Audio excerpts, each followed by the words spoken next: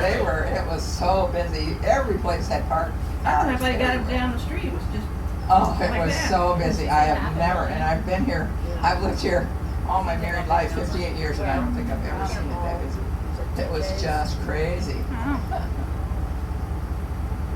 But we'll be leaving in a few minutes, or maybe right now.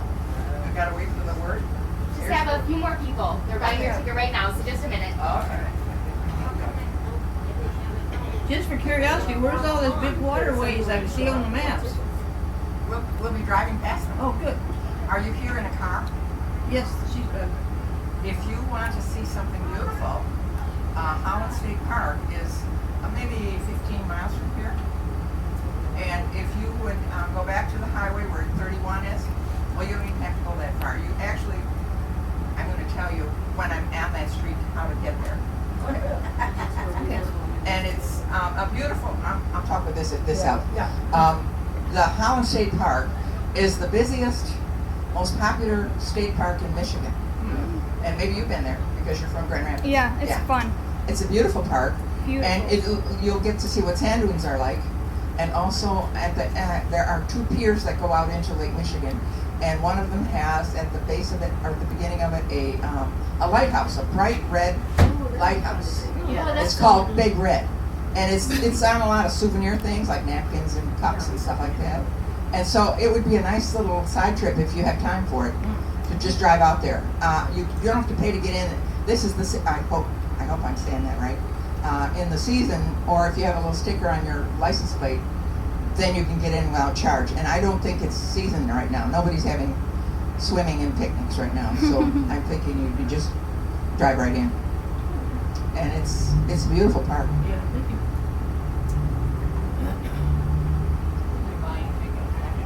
No, Holland is a popular place in the summer because we not only have the Lake Michigan, plus the little lake called Lake Makatawa, but we have downtown has been all upgraded and is very nice. And maybe you've already walked around down there.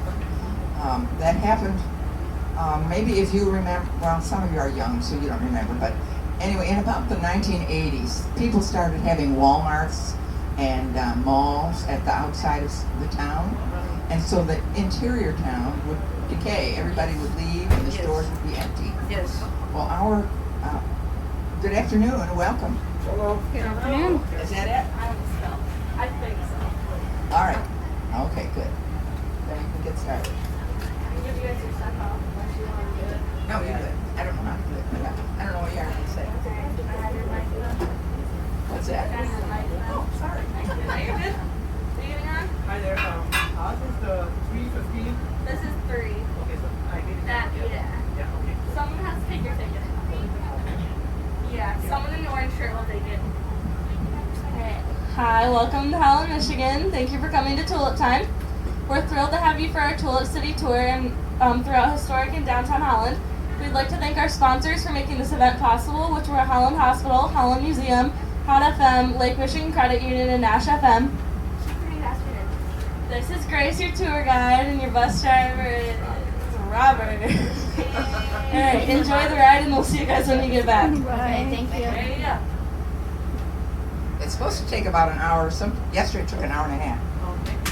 And I'm going to offer you a Dutch peppermint. Would you like a Dutch peppermint? Thank you, ma'am. Everybody else is also eating them, so the bus smells a little like peppermint. Thank you. Sure. Okay. Now, let's see before you start. Oh.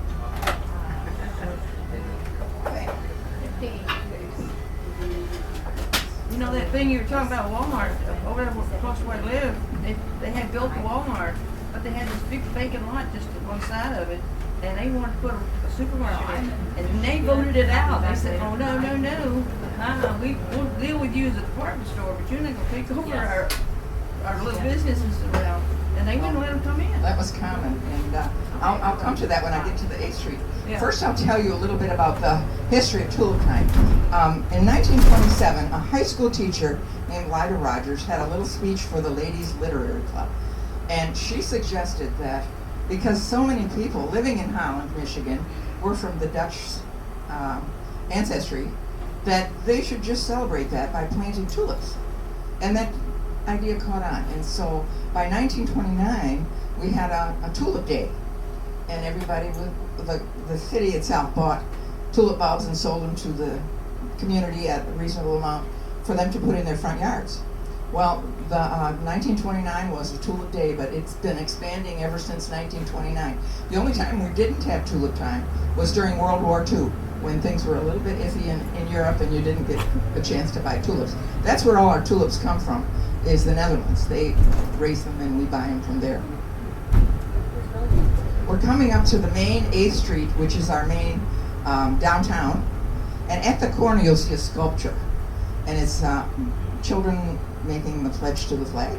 There are about 35 of those around town. And some of them are outside, some of them are inside. Different sculptors, not all the same sculpting person, but they're all kind of neat. All about American life, I think, except the one that we're going to see down by the lake. Looks like a good day to sit outside and have your lunch. I started telling the group before you two got on board that in the 1980s, when the downtown here was starting to have empty buildings because of the mall. We were one of the first cities that had a mall out by the highway. And so we had a visionary. His name was Ed Prince. By the way, his daughter is Betsy DeVos, and you've heard her name, Betsy DeVos. Yeah. Right, that's his daughter. Well, she has adopted the same principles as her father. You will see DeVos Fieldhouse here. You will see DeVos things in Grand Rapids. They are very civic-minded, generous people. And her father said, we cannot let this downtown become a ghost town. We must do something to make it look better. So he invested his own money, several million, to make this downtown look nice. He bought buildings, he fixed them up and rented them out. And others did the same, other industrialists who were in town here. He himself owned a company that built automotive parts, and he was a wealthy man.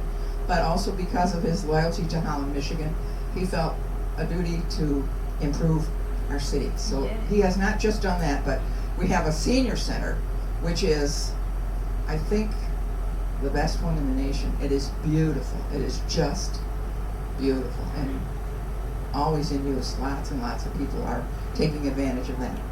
But now as you look at these buildings, you will see them that they have, some of them have a name on the top, somebody's name, or maybe the year of when it was built. So some of them are quite old, and some of them were just more or less gutted to the very front of it, and everything behind it was made new. And so it's very popular. But it's popular not just in the summer, because in the winter, one of the things the visionaries did was, we have a power plant. Right now, the old one was the first one that was using this method of heating for electricity, was heating coal, and the byproduct of that to cool it down was water. And so they put tubing under the street that we're driving on and the sidewalks. The tubing is about the size of my thumb, the diameter of my thumb. All up and down this 8th Street are these tubes with warm water in them. And so in the winter, there's never snow on the ground or ice. So it's a lovely place to come and just enjoy walking up and down the streets here. A lot of people come here to do their walking because you don't have to worry about the snow and ice. So it's a great place in the winter. We have ice sculpture contests in the winter. And in the summer, on Thursdays, we have what's called, what is it called? Anyway, amateurs come and do their thing. About every 100 feet, maybe 50 feet or so, there will be a performer. It's called street performer. It'll be maybe a group of people with their instruments playing maybe a guitar. Another group will be doing magic tricks. Another one will do some other kind of entertainment. And so all up and down this street, there's gymnasts and just a lot of fun things going on. And they don't allow parking on that Thursday evening here, so that the whole street is full of people just walking up and down and having a great time. So when you come back some other time, summer or winter, you'll have a nice time. And then, This hotel right here called Warm Friend, it's no longer a hotel, it's a senior living center. And a good place to go because you got the shops, you got the restaurants, and if you're retired, you just park your car and just enjoy life right here. And there's a bank here. They tell me that in the